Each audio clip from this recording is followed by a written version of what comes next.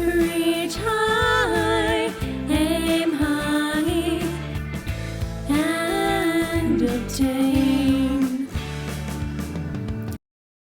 Beginning with a prep bowl that comes with a lid, we're going to add 1/8 of a teaspoon of baking soda, 1 teaspoon organic ground ginger, 1 teaspoon organic ground garlic powder, 1 teaspoon organic paprika, 1 teaspoon organic ground mustard powder, and 1 teaspoon pink Himalayan salt, Celtic Sea Salt, or quality salt. Place the lid on the prep bowl and shake well to combine all ingredients together. Once it's been well combined, you're going to take off the lid and place it to the side for next steps. The other day we took our fresh homegrown garlic and we cut off the bottoms to the garlic scapes, tops, or spears that you can see here and fermented them. But we're looking to use every part of our homegrown garlic that we can. So as you can see here, I'm removing any of the brown, discolored, aged part that isn't as fresh from the garlic tops or scapes. And then I'm actually peeling each layer separately of the garlic tops so that I can actually create quality thin strips that are isolated from each of those garlic tops.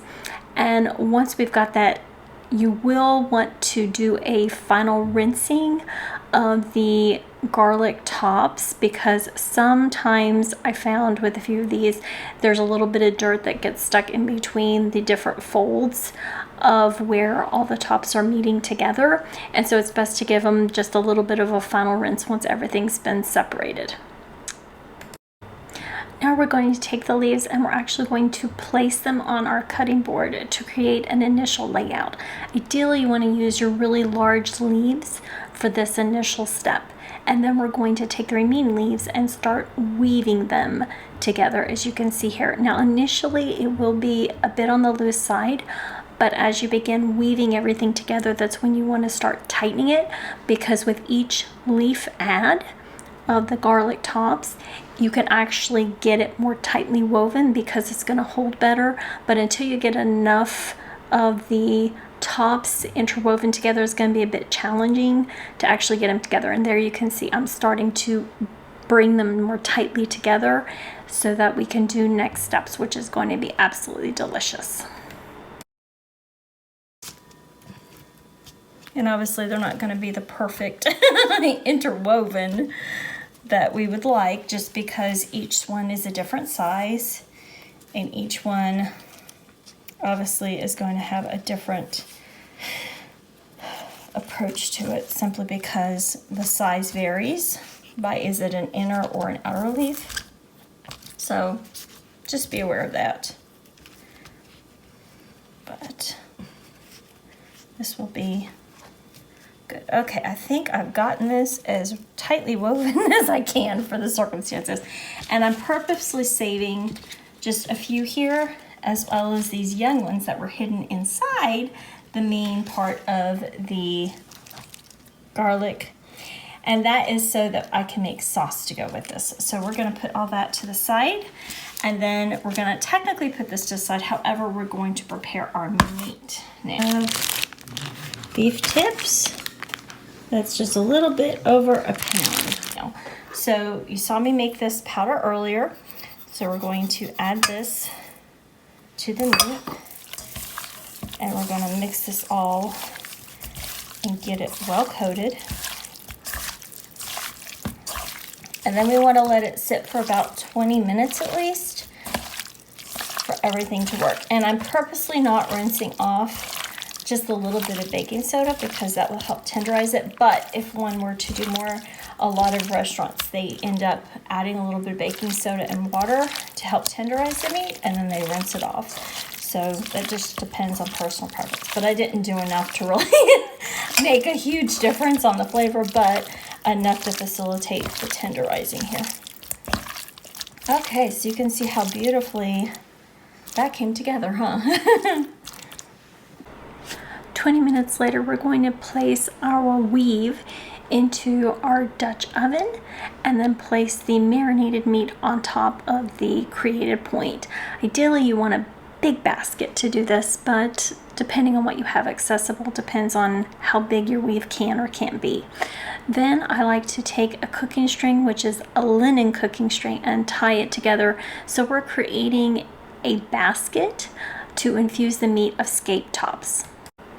At this point, you'll want to get at least 4 garlic bulbs out, and you'll want to half them to expose the inside of the garlic and basically result in 8 halves of garlic bulbs total that then will be placed throughout the Dutch oven around the meat, and then any pieces that fall out of the bulb you'll want to place on top and around the meat, as you can see me doing here.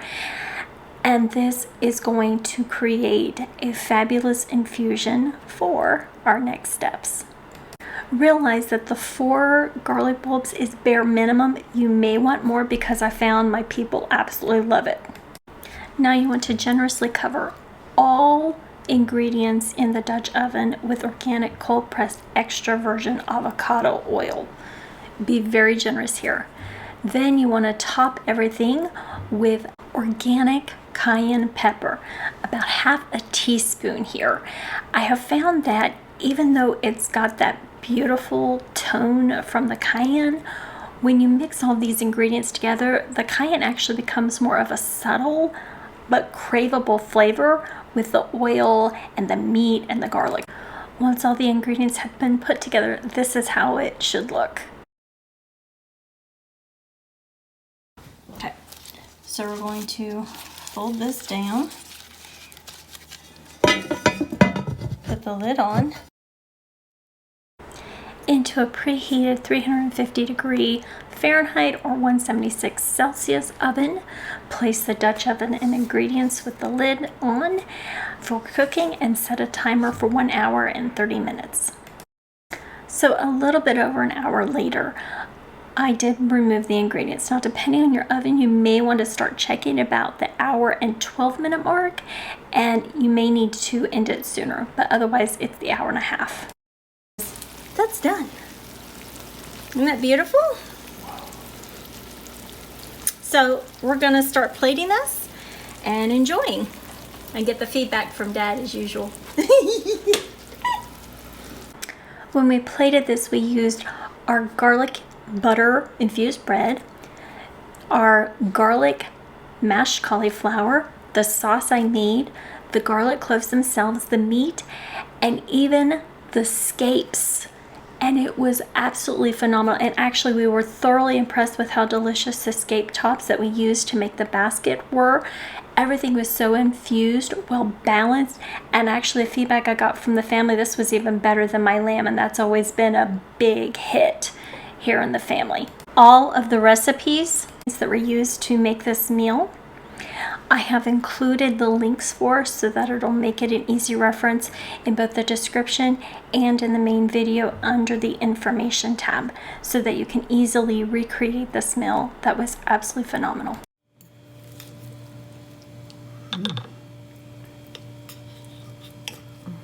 Meat seems to be very tender.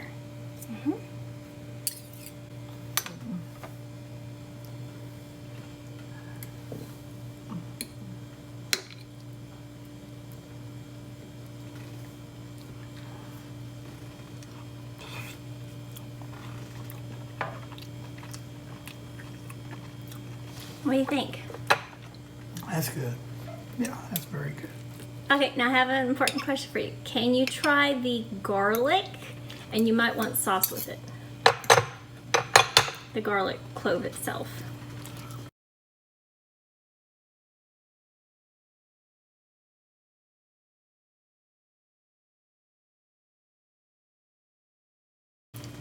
Oh. What do you think? You like it? Man, it's so tender. I thought maybe it's a sweet too. I thought maybe it's a sweet potato at first. Are you serious? That's what it reminded me of. Now, if you wouldn't mind trying Very good. my piece of bread, because that's my garlic bread. Oh wow, look at how tender that is. See there?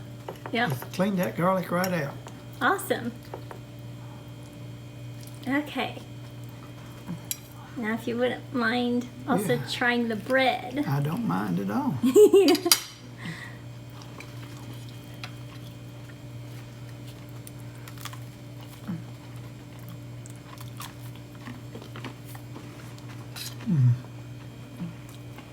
That's good bread. How's the That's cauliflower?